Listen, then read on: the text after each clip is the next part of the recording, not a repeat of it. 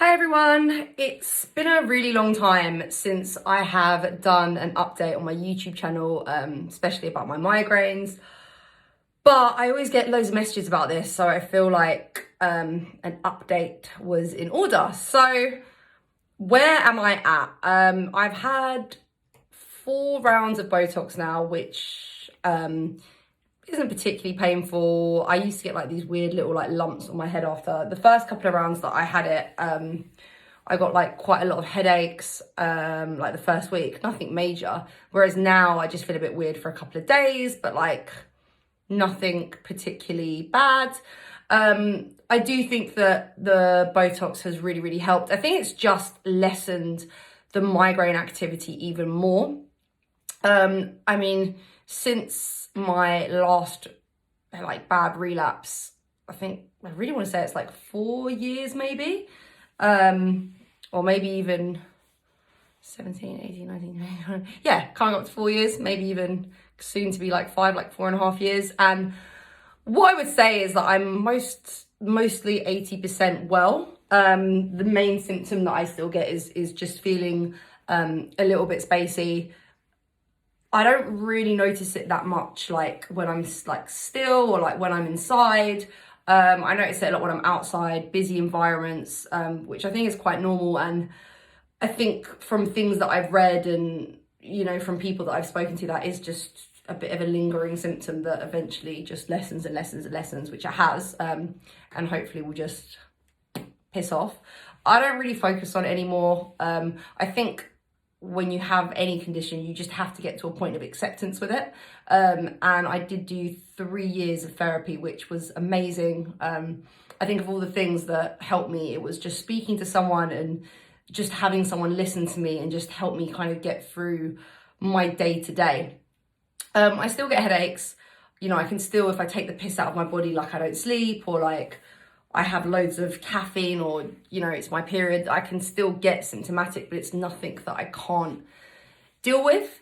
I am still on venlafaxine. I am aiming to come off of this soon, but my neurologist basically thinks that, he doesn't really think it's doing anything. He thinks it's probably plateaued, but still coming off of it, especially when you've got like a migrainous brain, it can just be quite like tricky. So for me, I would just rather, like, while I'm in like a decent place, I'd rather just kind of have Christmas and then next year like try to slowly wean off of it. But you know, I get so many messages, and like my biggest advice to everyone is the anxiety that I see in a lot of people is probably people's worst symptom, which, don't get me wrong, I totally understand. Like I was in the worst depression and the worst anxiety like ever. Ooh, for like a good year was probably like the worst.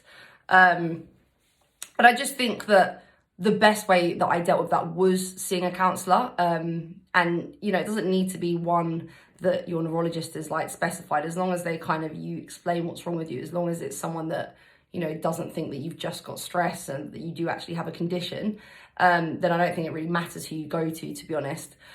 Looking back, like what I do think now is that I didn't try a lot of drugs for a long time. So like I was, you know, constantly looking like, what's gonna make me better? What's gonna make me better? And, you know, obviously everyone is different. Like I said, I've had really like mild relapses in the past that I didn't need to take any medication, and it just, you know, gradually faded out within 6 months. This obviously wasn't the case this time.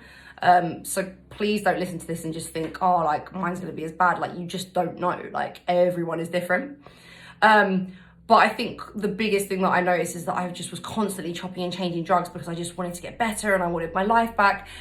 And actually what is the hardest part of this illness is accepting that this isn't going away tomorrow, maybe not next week, not next month, not next year. To just give drugs a chance and try and get to the like highest tolerated dose and then stay there for a good 6 weeks. And don't think that you're going to be on this drug for 6 weeks and click your fingers and all these symptoms are going to go away. Like, even with the Botox, it's taken months and months like to see those changes. And that is what I've realized about this condition. It's just not a fast thing, and I don't think the brain actually is. And I think the more you accept that, the more at peace with it you'll be. Like, you will get better, you are going to improve. It might not be at the speed that you want it to, it might be, but you just have to kind of follow the process. And if you don't have a good doctor, like, change your doctor. Like, I, spent money on private doctors.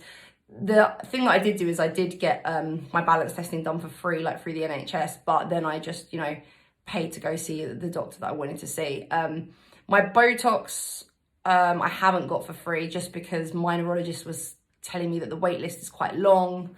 I need to have had XYZ pain headaches, and I don't, so he wasn't sure that I'd actually qualify to get it for free. But to be honest, like, as expensive as it is, and it's like £550 every 3 months, it's been worth it. And he said to me that you have to basically be quite accurate, like consistent with it, so like not letting it wear off. So every 3 months he books me in, and this apparently is linked to, like, if you leave a gap, it can affect kind of like you're letting the migraine activity come back or something like that. I don't exactly remember how he said it, but basically the more you just keep it every 3 months, you're more likely to push it into remission. And I think like the first year of people getting Botox, it's like 40% better. The second year it was like 50 or 60. So it's kind of like a progressive thing. And I think of all the treatments that I've tried, Botox was probably the best.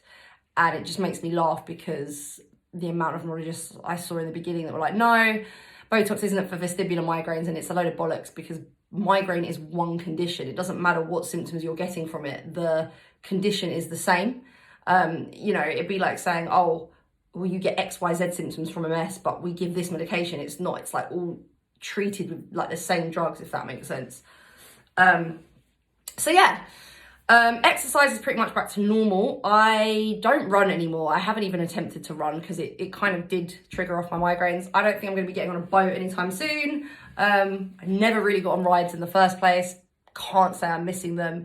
I think until I'm like, completely in remission, my balance system is still sensitive, and I do still get weird symptoms. Like, like the other day I got a brain shift where it just felt like everything in my my view basically just went whoop. But I did used to get stuff like that before this relapse. So it just, now all these weird, wonderful symptoms make sense. But yeah, I've come to a lot of acceptance. Yeah, I'd love to be 100%, but I'm not restricted in most things that I do. And I am pretty confident that eventually, like, this cloudy, phasey, whatever you want to call it, will eventually just very much fade into the background. So yeah. This is my update, and I hope you guys have found it helpful. And if anyone wants to reach out to me, then please reach out to me on my personal Instagram, which I will put in the comments here. All right, hope you guys have found this helpful.